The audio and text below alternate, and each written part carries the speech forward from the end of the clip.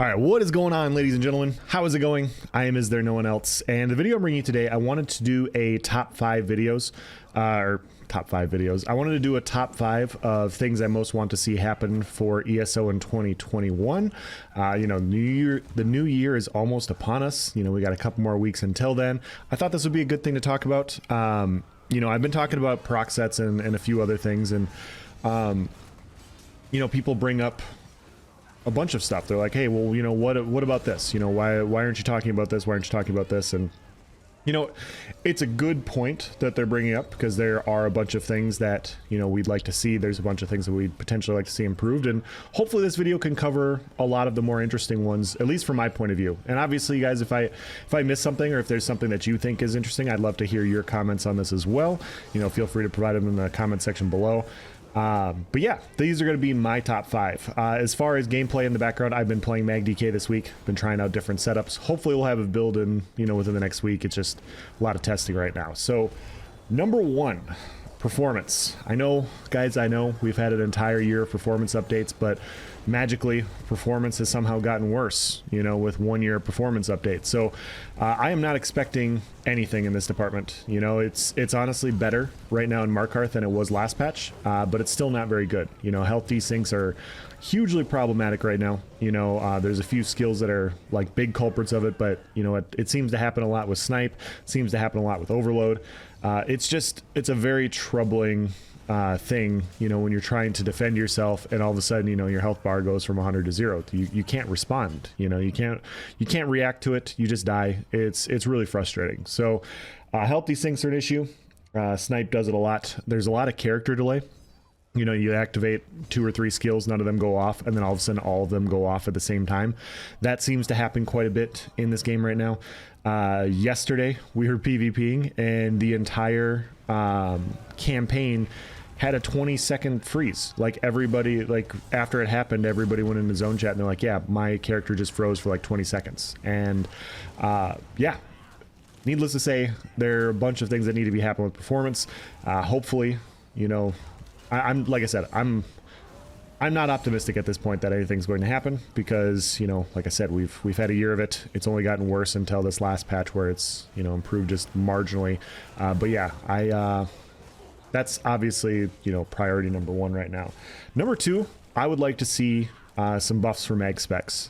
Since elsewhere, Magicka has really underperformed stamina as far as overall damage goes. You know, there's a huge difference. There's a night and day difference between a functioning, viable Magicka DK versus a functioning and viable Stam DK, Stamina Warden versus Mag Warden. You know, the only class where I feel like Mag is better than its counterpart or close is like Mag Sork. You know, everything else, you know, you're less mobile. They've nerfed a lot of the Magicka based skills to where you have to sacrifice a lot. You know, like if you think, I don't know how much Magicka you guys play, but you have to sacrifice a lot of different things on a mag spec in order to, you know, have something semi-viable, to where even, you know, you debate whether or not you want to run like, you know, your major sorcery buff. You know, because you need other skills in your bar for either survival or control or damage. You know, like there's just so many different things that you have to sacrifice, and you know, Stam specs do not. You know, you look at Rally. Rally is a great skill. I'm not calling for a nerf for Rally or anything like that. Rally is a fantastic utility skill. You know, you get Major Brutality, it's a heal, and you get, you know, recovery with it. You know, it's a really, really strong utility skill. There's not many strong utility skills like Rally for mag specs, you know.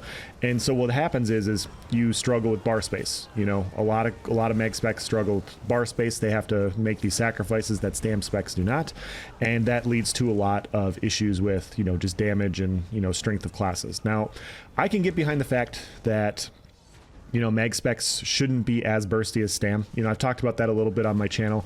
I can get behind the fact that mag specs have a little bit more groups utility via heals. You know, they can provide off heals a little bit more. They typically just have more utility than Stam specs in a group play environment. So it makes sense that stamina is more bursty than mag, but it shouldn't be the disparity that it is right now. You know, the last time Mag and Stam was close, I feel like, was in Elsewhere, and that was back during the Harness Pirate Skeleton days.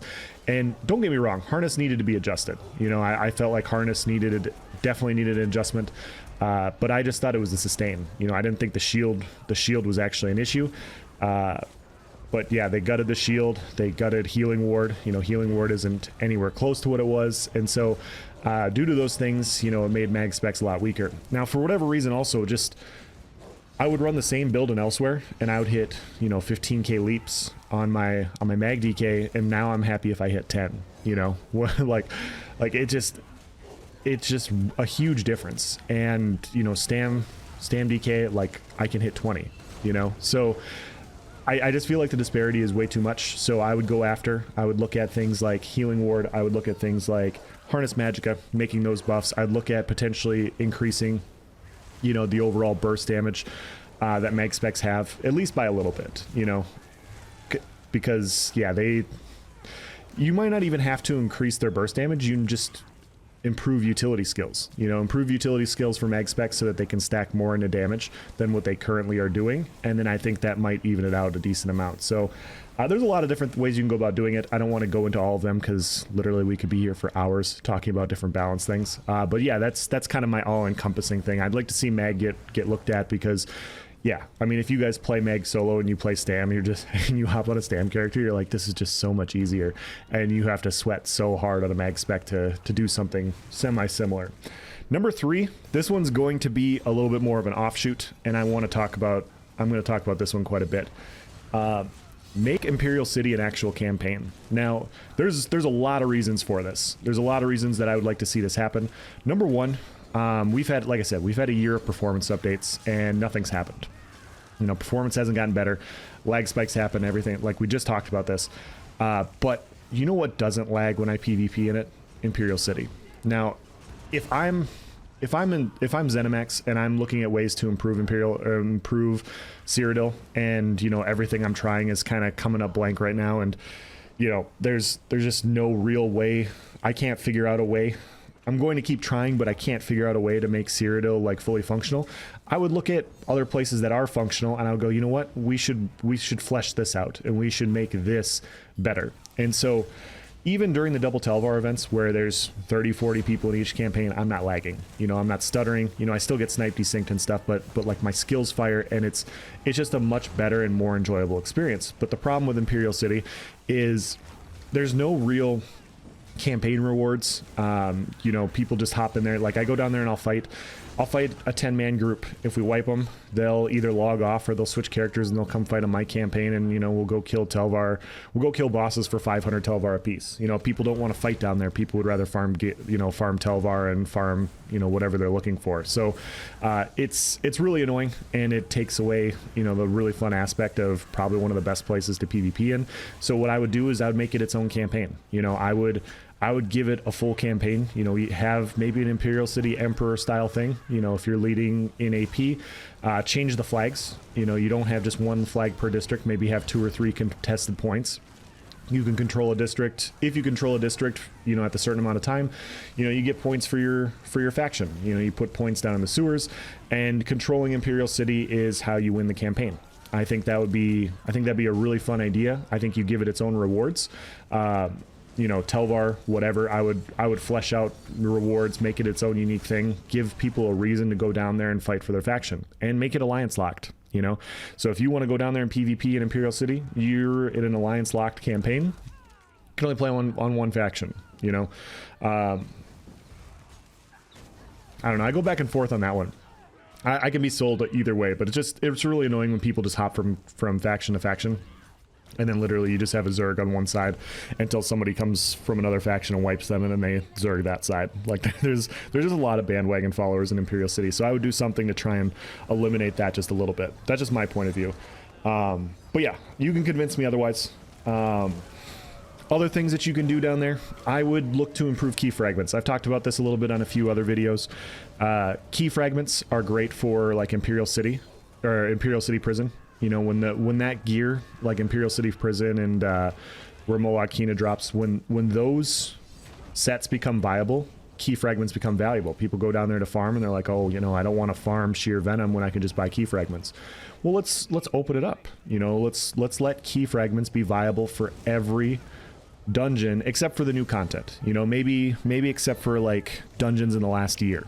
You know, so all of the older dungeons, instead of going and farming, you know, for old gear, you can buy key fragments instead. So it's still farming, you know, you still have to farm and, you know, open boxes and all that, and it's still RNG based. But if you don't want to do the same dungeon, you know, for the 500th time to go get that precise maul that's now best in slot for whatever the heck it is you're doing, you know, now you can, you know, invest key fragments and, you know, you can spend gold, and, you know, doing those sorts of things, you know, makes, not only does it make farming more fun, you know, because it's not just doing a dungeon. Now you have PvP aspects to it, you know, mixed in. Like, that's the best part about Imperial City is, you know, it's farming, but it's a little bit more action packed and, you know, a little bit more fun that way. That's just my opinion. I think that would be a good idea, you know, just to branch out, get key fragments better, make them more valuable. I would look to make Telvar more valuable by being able to purchase something like gold mats. You know, maybe put rosin down there, put tempering alloys. You know, if you put gold mats, if you start putting materials down there that you can buy with Telvar, I think that would also bring a lot of people into Imperial City. You know, it's just another option to get gear. You know, instead of doing writs, you know, and picking up nodes, now you get to go in Imperial City and kill ads and kill people, and, you know, then you get your materials that way. And obviously you have to balance, you know, the cost around it. I don't know exactly what that cost would look like, but there's a bunch of different ways to go about doing it to get people into Imperial City. I do think it should be its own campaign because, like I said, it functions. You know, it functions. You give people that reward of, you know, fighting, and make it something worth wanting to do outside of just collecting Telvar. Because, yeah, you know, if you do that, I think it would solve a lot of its own little issues. Number 4, update Battlegrounds leaderboards. You know, I've talked about this in the past, but Battlegrounds leaderboards are based off of games played. You know, the more games you play, the more likely you are to finish, you know, in the top 5, 50, 100, whatever. It's not based off of skill. It's just based off of overall points, and, you know, it's more time spent than it is overall skill, and it can stay that way. I'm not saying that we need to overhaul all of that, but what I would do is, you know, have it like Call of Duty scoreboards. You know, like, have points per game. You know, how many points does this person score per game? How many kills does this person have per game? How many assists? How much healing does this person have per game?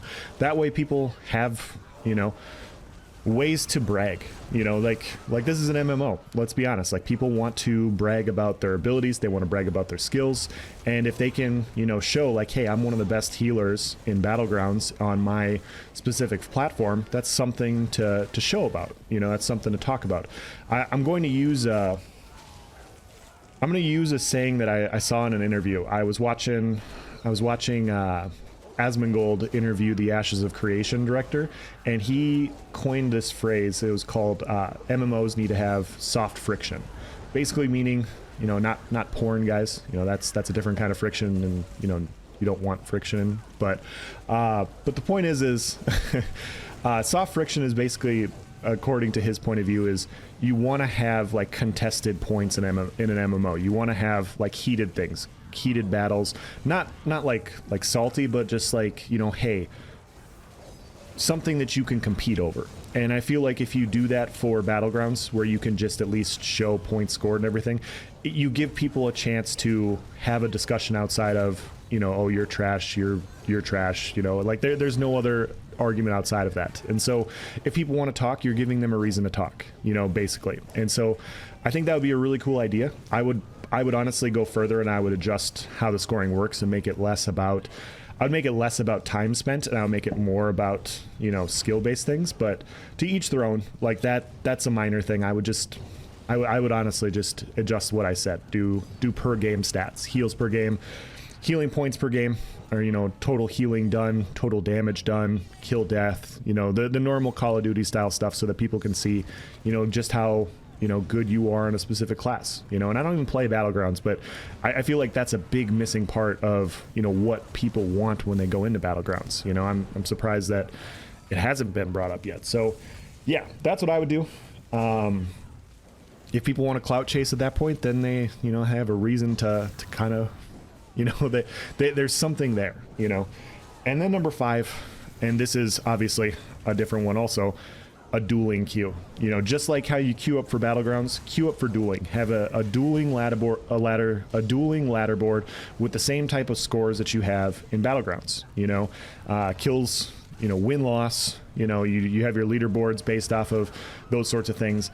People already duel all the time. There's a big community of duelists that love to, you know, talk, and they love to talk about how good they are, and this could just, you know, like I said, once again, you could settle the score this way. You know, you do the same sorts of scores that I would talk about for Battlegrounds, but you give people a reason to talk. You know, if people want to clout chase in dueling and say that they're the best duelists, now you can't dodge people. You can't dodge duels. You queue into leaderboards and everybody knows who's who. You know, I think that would be a really fun way to go about doing it. I think that'd be pretty exciting. And yeah, it's I mean, there's already kind of a system there. So those are my thoughts on the top 5 things I would like to see. If you guys have any thoughts, you know, like I said, post it in the comment section below, and you know, we can have a chat about it. But yeah, I think these would be fun. I think it would open some variety in the game. Variety is always a good thing. So yeah, I'm gonna end this video here. Thank you for watching, guys. Have a nice day.